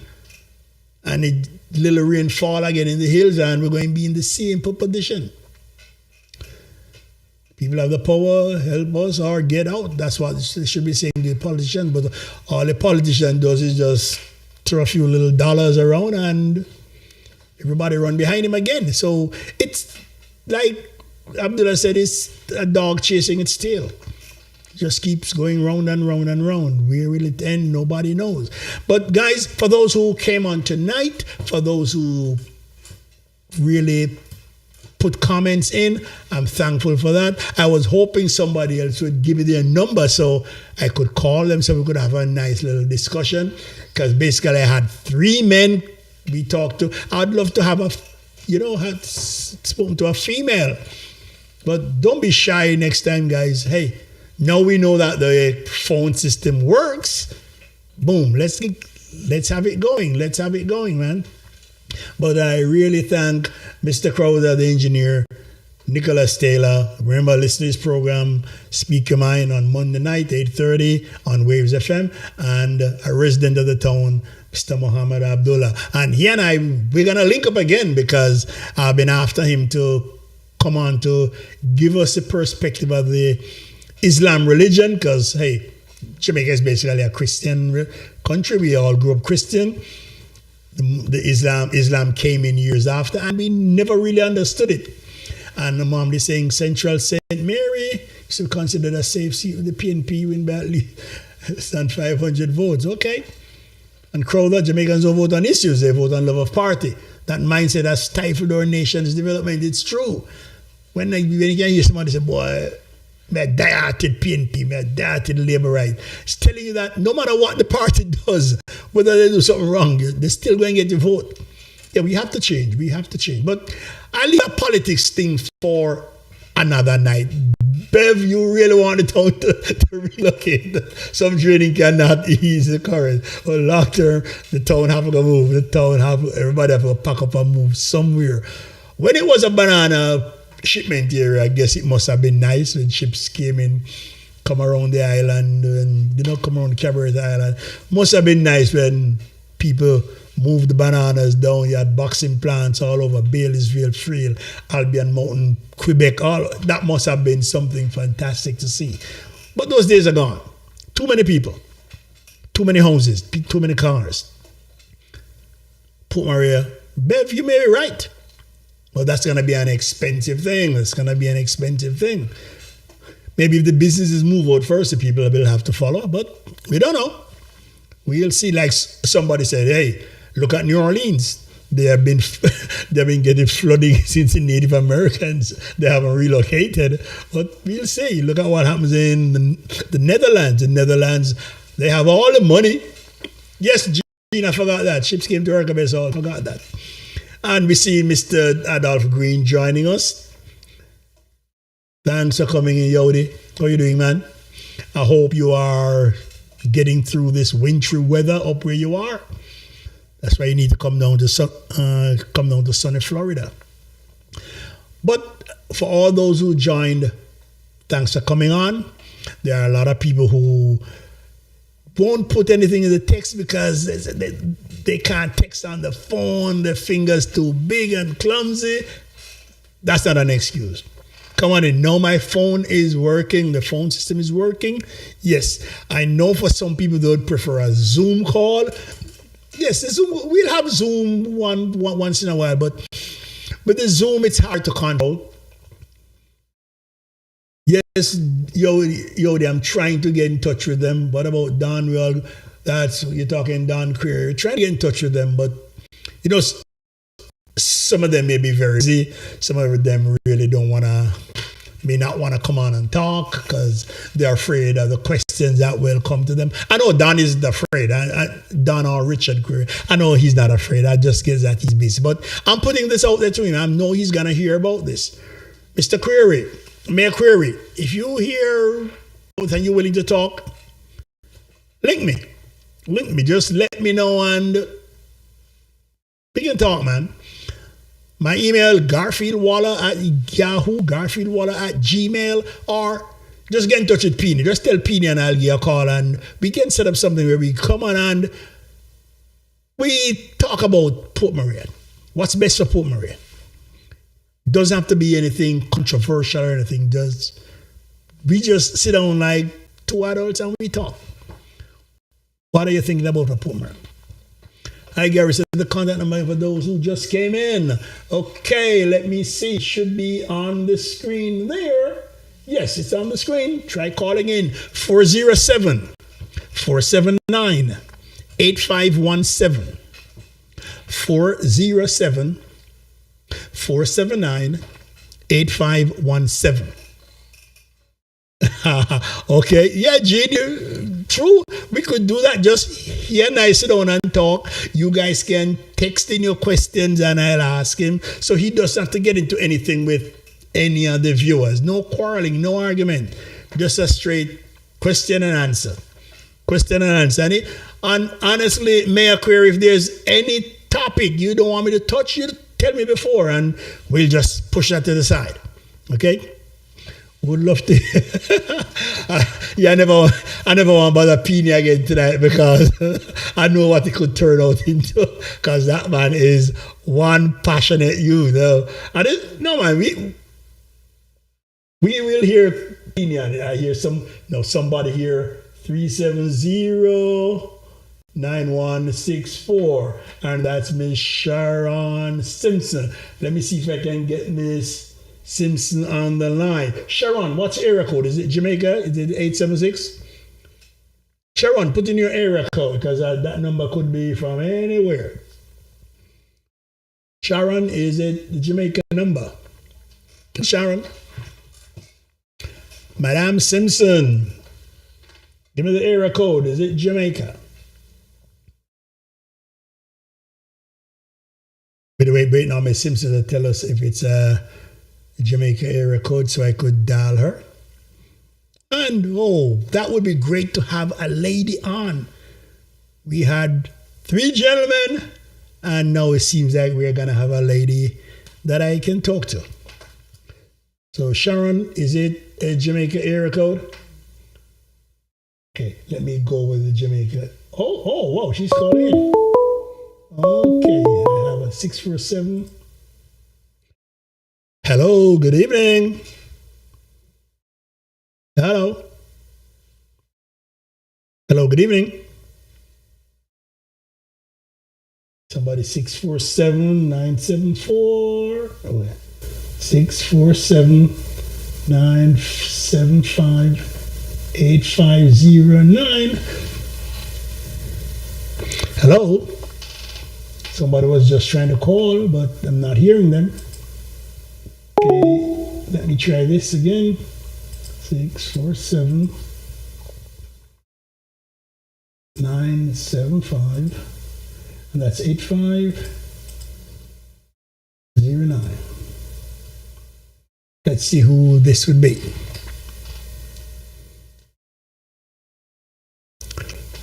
Hello, good evening.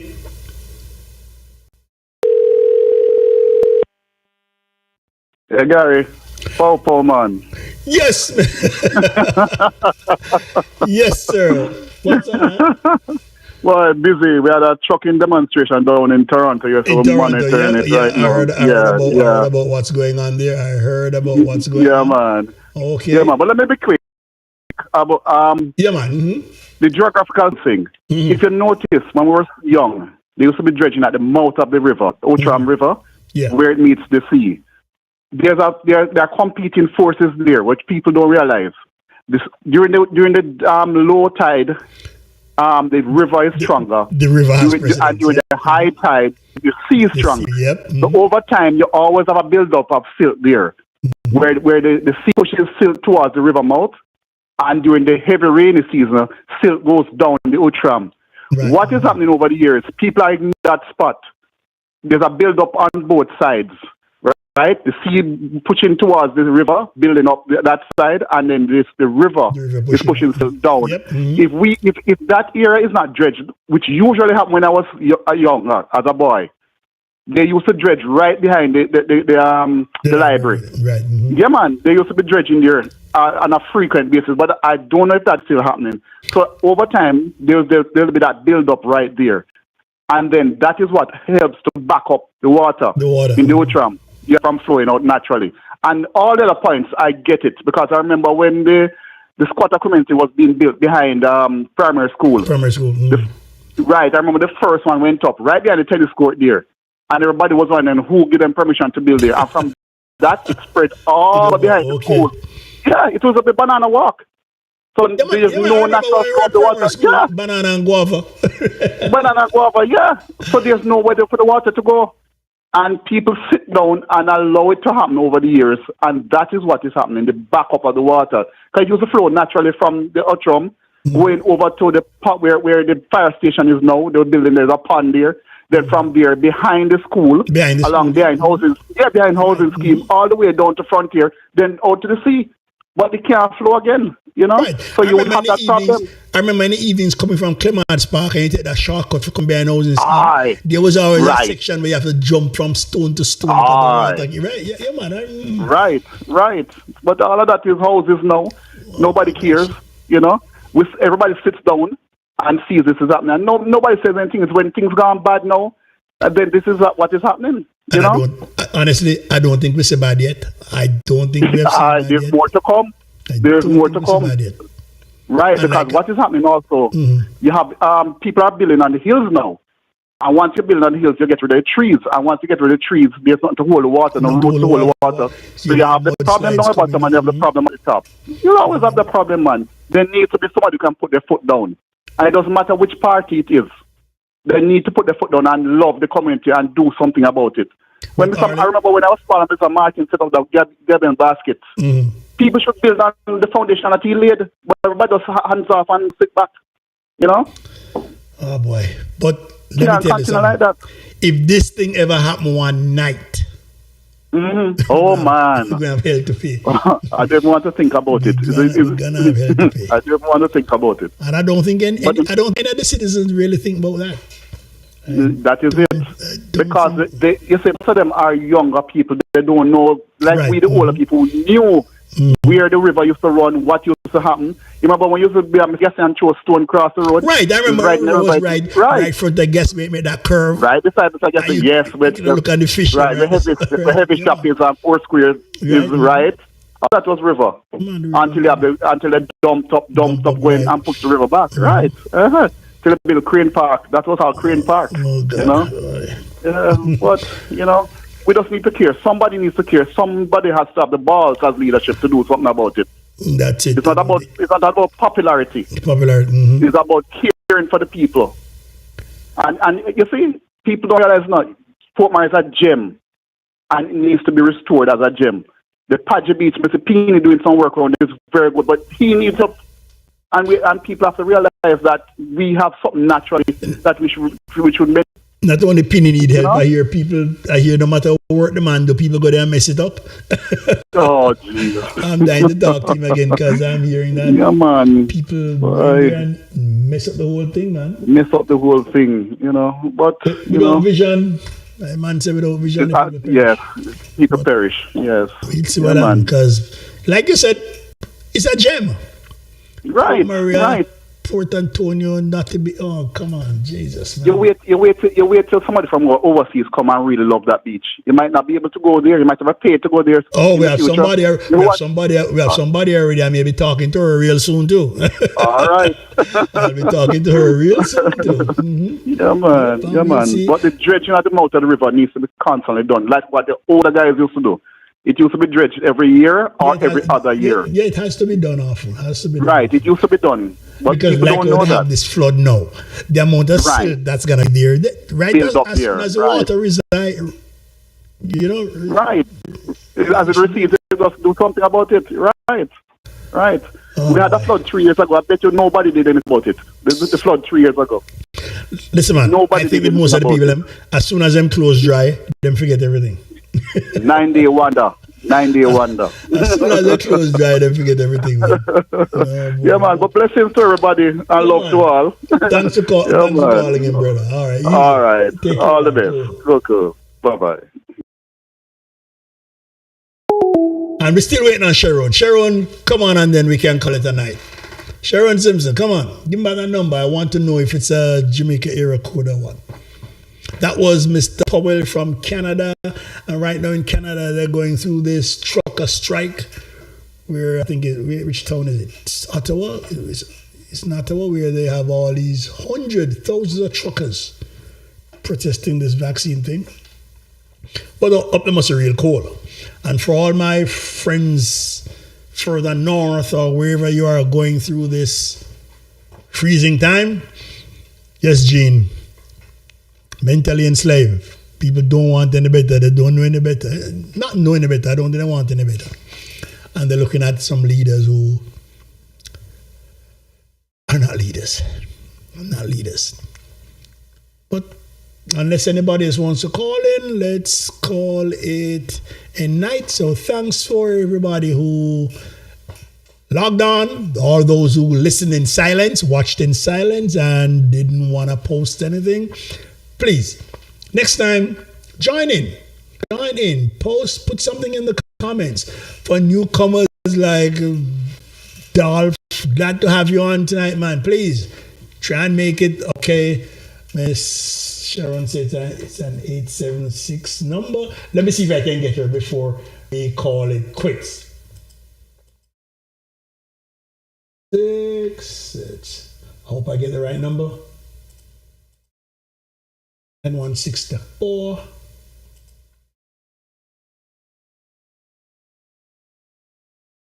Well, guys, I'm glad to have you on, and I don't mind sitting here talking with you. One thing I do about me, I love to chat. Oh, Google Voice says it's not placing this call. I don't know why. I don't know why it's not placing this one. It's not this one. It refuses to go through. This one is not going through. I don't know what's wrong, Sharon. Let's try again. See if Google Voice replace this one. Pushing through this one. Let's see. Call is 2 cents per minute. Okay, let's hear. Okay, ringing.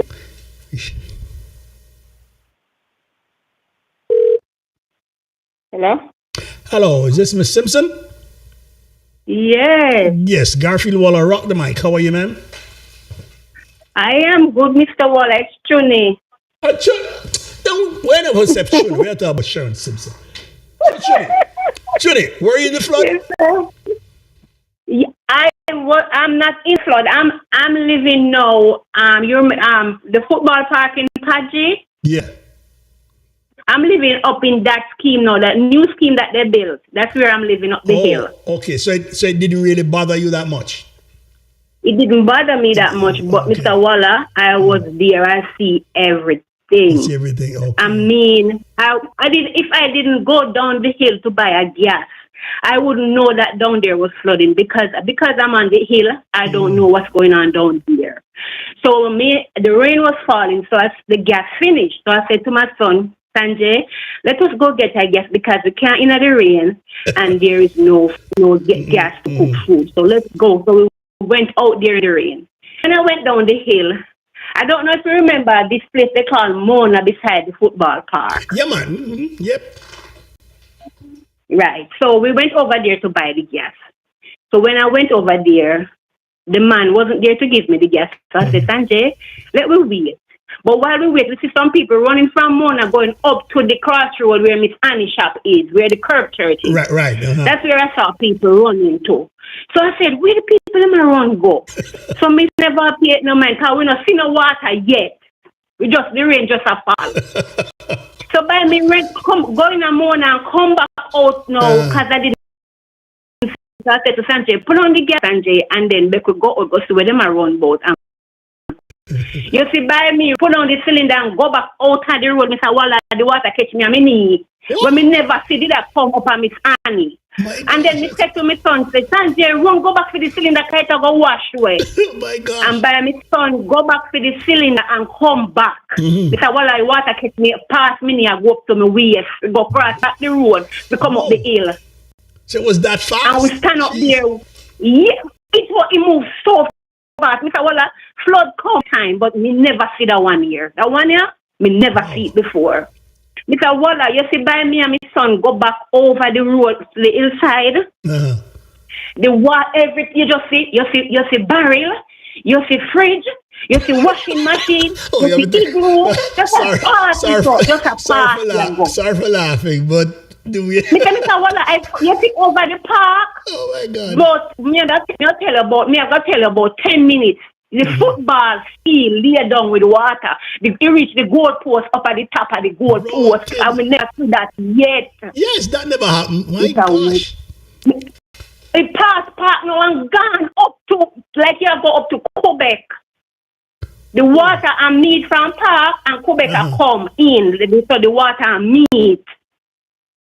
Oh my Lord. I never see that before. And then Mr. Aristante, yes, Mr. Sanjay, we can't get that gas here, so come we go up back and then we time me and come back and see if the water dry. Mr. Walla, yes, when me come back, me reach back down there, me that's about an hour time. And the water stands still like when you see just lay down. Whoa. That's how the water is. Jesus. Mr. Walla, right now I have 5 kids at my home. Don't have anywhere to live. Okay. No bed, no clothes, no shoes, no nothing. Then they are my house from Tuesday until now. So wait, me have to have them here. Trini, has the water gone down?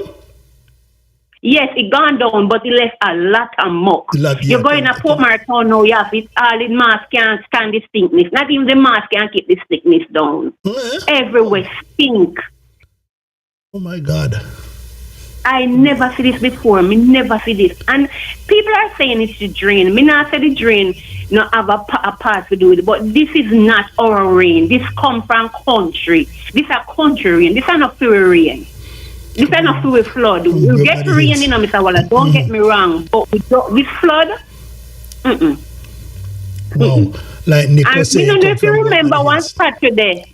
I don't remember. You know, if the last flood we got, I don't know if you remember. It's a Saturday. No rain never fall. And Angie Witter, that's the person who called me and said, Chuni, you know, support Maria flood out. That again, I never know until Angie called me and tell me I went out on the main and the whole town flood out.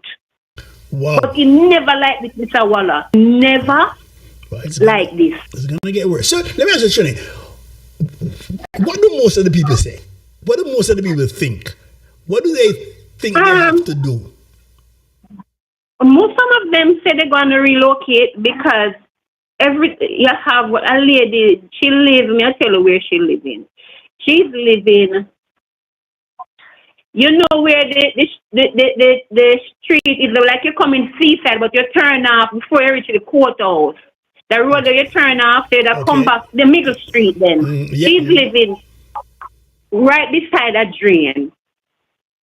And most of the time, if the rain falls too hard, she flood. And this one, our kid, I heard people saying if it was night, Mr. Walla, oh no, we'll be mourning right now.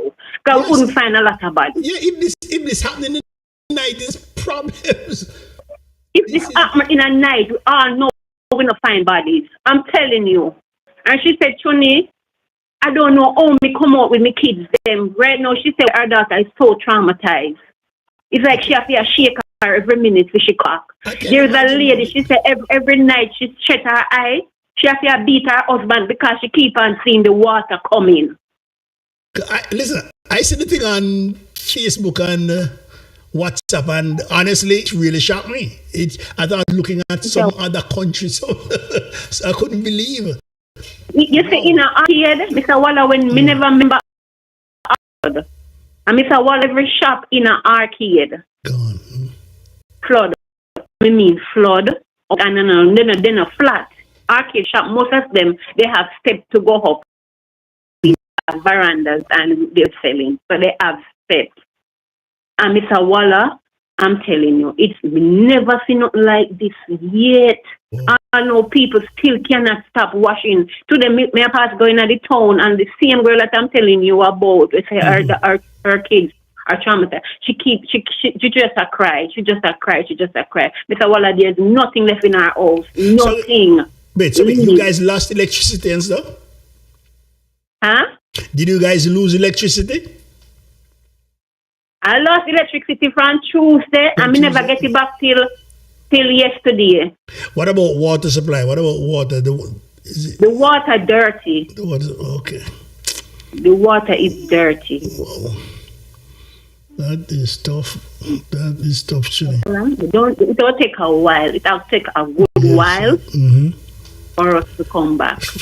But me no know. You see the road, the seaside road. You remember where Island View is, right? Yeah. That road, split in two, but it dig out half of it. Okay, all yes. Dig out. With the water, dig it out completely like a man. God. The road to go back to the beach from there, you can't. There's no road. Wow. There's no road. Whoa. Some big old planks there, the roadside. They have to. We need a lot of help. Yeah, it's gonna take a lot. It's gonna take a lot, and you people had better get them politicians working. Go on, you tell them, Mr. Walla, I don't know. We with nice country. Good Jamaica, I don't know what happened to it. I don't know. No, wait, sorry, I just said Dolph put something in the chat. No, Dolph, huh? I'm not going to start that. Go ahead, Chili. I don't know, Mr. Walla, I don't know me. I love my country. I'm not going to lie to you. I love my country. I love my Portmore. I'm born and grow here. Me born and me grow here. And to see this, me not get no hurt tonight, but Mr. Walla come let me get hurt. I'm telling you, it's hurt. You see, they're saying, I heard somebody saying that a whole sentence there over frontier, that's a lie. My mother is living there. A lot of people is living here that I know. And my mother is paying for her lot. She get approval. She get her lot, her number. She paying for her land. Okay. So it's not like people go there and take it over. Right. Okay. So it's not like, how would I say, a mixture. It's not like a sentence people alone. I don't know sentence people living here, but it's a mixture. Okay. Then, you understand me? But they, as they say, they get okay to go there. It's not like they just go there, go live. Because they have water, just they say, and they have light. Okay. And then make road.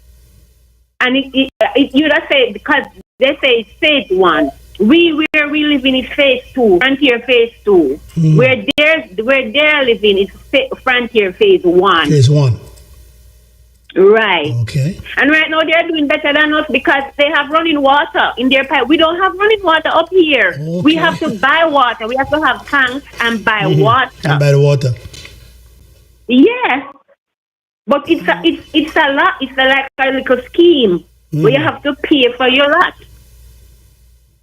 So I'd say it's a mixture. It's a mixture then. So yeah, people yes where we come in, but it's a mixture. It's not like a sentence people alone. It's sentence people here. I don't know.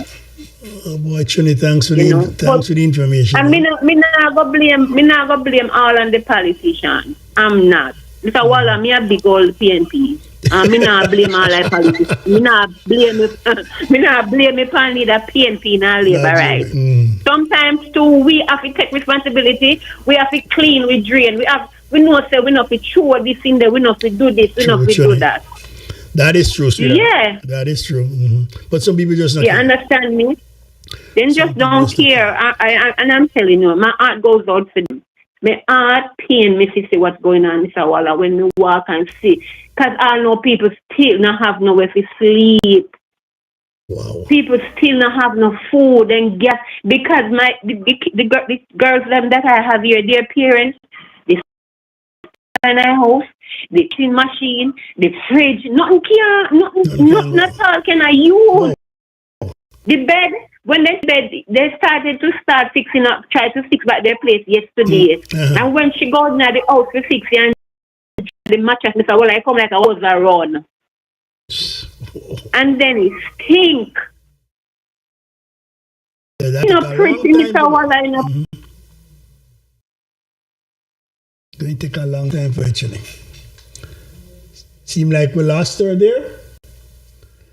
Anyway, gosh, Chuni, Miss Simpson, Sharon, thanks for the information, sweetheart. Thanks for updating us on that. We appreciate it very much, girl. Thanks for update.